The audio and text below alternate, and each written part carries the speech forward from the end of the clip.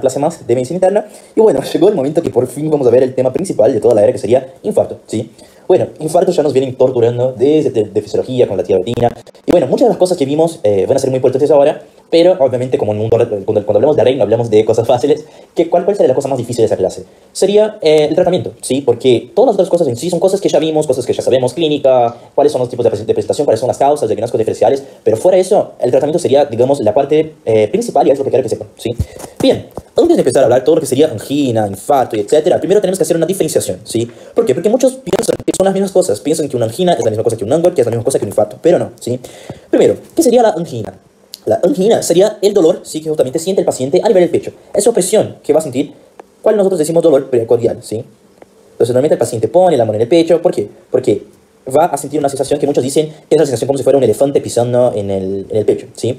Bien, eso es importante, ¿por qué? Porque hay otros cuadros que también te van a dar dolores precordiales, ¿sí? Dolores de pecho. Y tenemos que saber para hacer justamente diagnósticos diferenciales, ¿sí? ¿Qué otras situaciones, ¿sí? Pueden imaginar que pueden llevar a un dolor de pecho? Puede ser, por ejemplo, por un reflujo gastroesofágico, ¿sí? Una neumonía.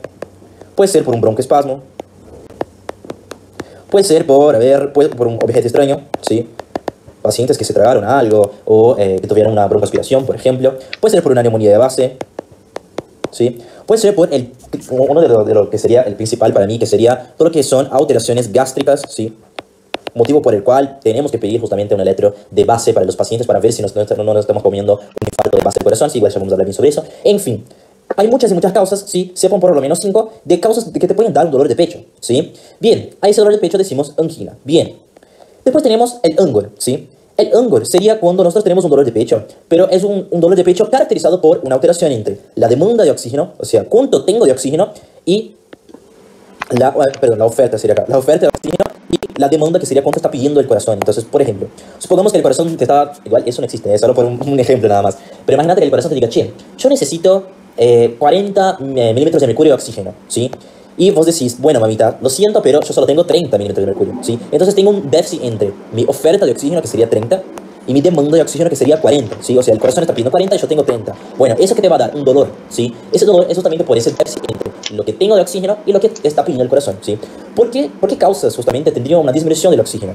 La principal causa, ¿cuál sería? Una plaquita de ateroma, ¿sí? Por algún motivo hay algo a nivel del vaso que está disminuyendo el flujo, ¿sí? Y como hay menos flujo, hay menos oxígeno, ¿sí? Y por eso mi corazón va a tener justamente la formación de una isquemia, y eso va a dar el ANGOR, ¿ok? Bien, y después tenemos el infarto, ¿sí?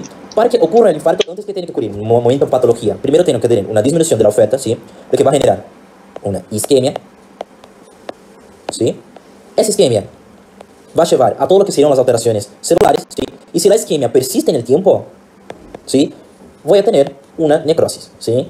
Es decir, hasta el momento, hasta acá, es un cuadro reversible, ¿sí? ¿Por qué tenemos que saber eso? Porque acá es lo que diferencia, digamos, un cuadro de un infarto sin su PCT y un infarto con su PCT. Porque uno, yo voy a estar acá, y otro, yo ya voy a estar acá. Es decir, yo no tengo como revertir este tejido, ¿sí? Necrótico, infartado, pero lo que puedo hacer es tratar de mantenerlo, digamos, ahí, esta zona de necrosis, esta zona de infarto. Es decir, yo puedo controlar esta zona y impedir que crezca aún más, ¿sí? Pero no voy a poder revertir el cuadro, diferente de un infarto sin su PCT. Pero bueno, ya vamos a hablar.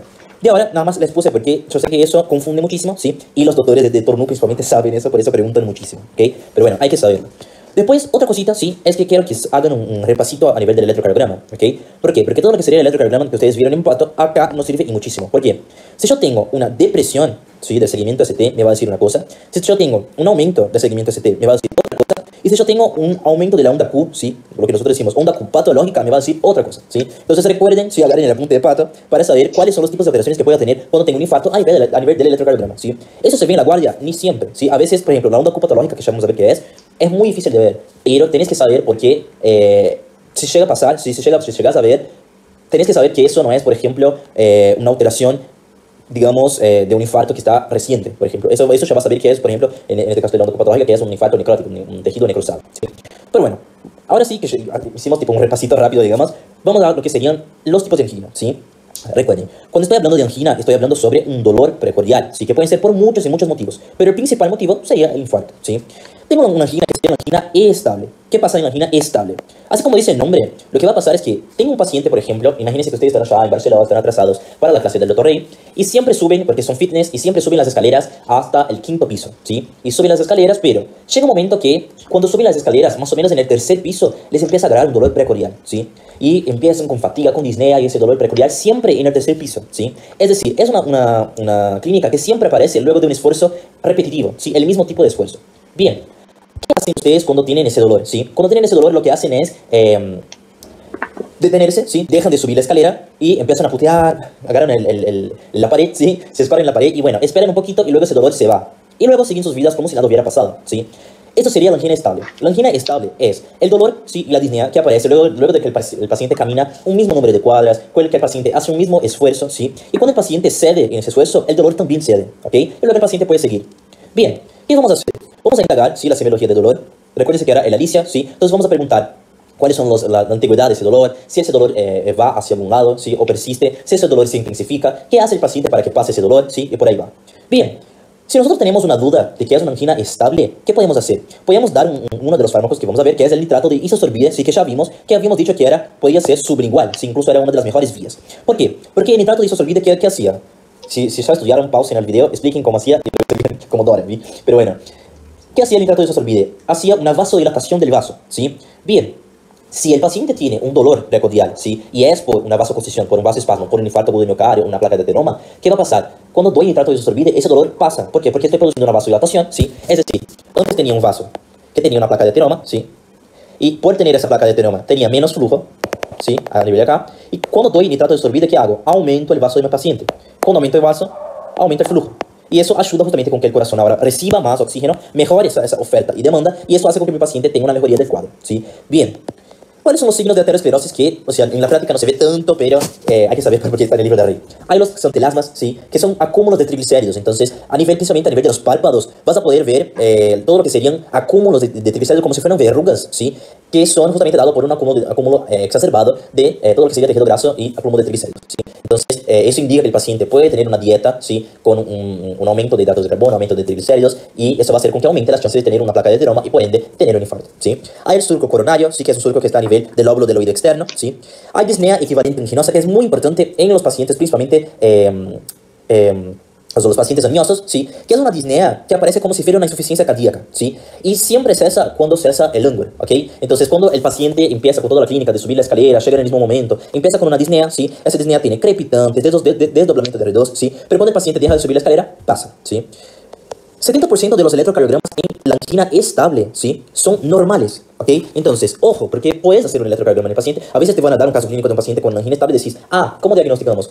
Diagnosticamos con el electrocardiograma. Ojo, porque 70% van a estar normales, ¿sí? ¿Por qué? Porque acá no estoy teniendo un infarto, ¿ok? Acá lo que estoy teniendo es una disminución entre la demanda y el aporte de oxígeno, probablemente por una placa de ateroma. Pero cuando el paciente cesa, disminuye el gasto cardíaco, disminuye la demanda de oxígeno y el corazón sigue tranquilo, ¿sí? Acá no tengo un infarto, sino tengo una necrosis. Por eso el paciente no va a tener alteraciones a nivel del electrocardiograma, ¿ok? Bien, ¿qué pruebas puede hacer? Puede ser la prueba del ejercicio, ¿sí? Donde el paciente hace un ejercicio, normalmente es la bici, pero puede ser también la cinta, hablamos un poquito de la insuficiencia cardíaca, y eso está monitoreado, ¿sí? Y con eso voy a poder ver cuánta demanda tiene, cuánto aporte tiene, si tiene taquiarritmia, si tiene alteraciones del electrocardiograma, ¿sí? Y etc. Pero las pruebas confirmatorias, ¿sí? Van a depender si el paciente tiene ANGOR, ¿sí? El paciente tiene antecedentes cardiovasculares, hipertensión, diabetes, antecedentes de infartos familiares, etcétera, etcétera. ¿Sí? Obesidad, los factores mayores, factores menores. Si tiene factores de riesgo, ¿qué voy a hacer? Coronarografía, ¿sí? ¿Qué es la coronarografía? Ya hablamos de insuficiencia cardíaca. Es todo lo que sería analizar la coronaria, verla ahí directamente, ¿sí? Si tengo o no una lesión, si tengo o no una obstrucción. ¿Por qué? Porque esos pacientes son pacientes que tengo mucho riesgo de tener un infarto, ¿sí? Entonces no voy a esperar un estudio, por ejemplo, un ecoestrés, etcétera. Voy directo a la coronarografía, ¿ok? Ahora, si el paciente tiene un número más o menos dudoso, no tiene antecedentes, tiene pocos factores de riesgo, es decir, por ejemplo, si es una paciente mujer, porque recuerdas que los estrógenos son protectores sin las mujeres, si es una paciente que es una paciente joven, no es obesa, no usa anticonceptivos orales, tuvo nada más este cuadro específico, fue la guardia porque se asustó, pero nunca tuvo otro cuadro. Bueno, lo que voy a hacer es estudios no invasivos, ¿sí? Con consultorio externo, no voy a hacer una coronarografía en esa paciente porque no hay, ¿por qué no hay? A menos que sea una clínica pero muy específica, con alteraciones del electro, aumento de enzimas, no hay por qué hacer un estudio invasivo. Voy a hacer ecoestrés, ergometría o cintiograma en esos pacientes, ¿sí? Pregunta de examen, ¿qué es? ¿Cuáles son los estudios no invasivos, ¿sí? Ecoestrés, que sería más o menos lo que hacemos acá, ¿sí? Pero acá, en ese monitor, lo que voy a tener es una ecografía, ¿sí? Puede hacer una ergometría, que recuerden que lo que hacía era medir justamente cuáles son la demanda, digamos, y el consumo de oxígeno del miocardio, y un CT-grama, ¿sí? Bien, acá les puse la ergometría, ¿sí? La ergometría, estás acá el paciente haciendo ejercicios, y acá lo que va a hacer es medir, digamos, y evaluar todo lo que sería el electrocardiograma y la demanda de oxígeno que tiene en ese miocardio, ¿sí?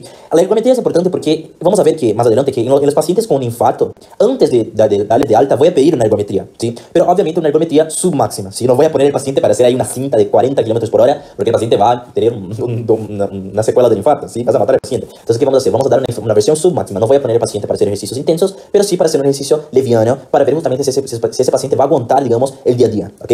Bien, puede ser un ecoestrés, ¿sí? El ecoestrés es la misma cosa, pero va a tener un ecocardio, acá, ¿sí? Y estudios con radioisopos. Yo ya vi una pregunta de eso, ¿sí? Así que sépanlo. ¿Qué son los radioisopos? Son pruebas que lo que van a hacer es usar talio 201, ¿sí? O puedes usar triginesio, que son, digamos, marcadores, ¿sí? Que van a marcar donde hay mayor consumo de oxígeno, ¿sí? O si no, van a marcar donde hay zonas de isquemia en el caso del centriograma, ¿ok? Bien. ¿Cuál es el tratamiento para el ángulo estable? Para el ángulo estable, lo que voy a hacer es usar, o sea, el tratamiento efectivo es la coronarografía, ¿sí? ¿Por qué? Porque en la coronarografía vas a ver el vaso y vas a, justamente, si tengo una obstrucción, vas a poner un stent ahí, si vas a hacer una angioplastía y listo, ya está. Pero ni siempre es posible porque a veces el paciente puede tener contraindicaciones de coronarografía, ¿sí? Que ya vamos a ver. Entonces, podemos hacer el uso de aspirina, ¿sí? Recuérdense que era un anticoagulante. Puede usar atenolol, recuérdense que era uno de los beta-bloqueantes los mejores para todo lo que sería a nivel cardíaco. Puede usar verapamilo si no puede usar beta-bloqueantes, recuérdense que los beta-bloqueantes tienen contraindicaciones, ¿sí? Puede usar mononitrato de isosorbide y bloqueantes cálcicos, ¿sí? Bien, eso sería todo lo que sería la angina estable, ¿ok? Bien, ahora vamos a hablar sobre la angina inestable, ¿sí? ¿Qué pasa en la angina inestable? La angina inestable es cuando yo tengo una angina, ¿sí? Donde el paciente está ahí tranquilito, sube la escalera, tiene la aparición de la angina, tiene la aparición de la disnea, etc. Cede, ¿sí? Sí, se sienta ahí en la escalera, pero no pasa, ¿sí? Sigue el dolor. No importa si el paciente ya está ahí media hora sentado, el dolor sigue. Esto es una angina inestable, ¿sí? Pero otras cosas pueden ser una angina inestable, además de esa aparición de la escalera. Pregunta de Tornú, ¿sí? Ojo para los chicos de Tornú, porque se preguntan que eso fue mi pregunta de final, ¿ok?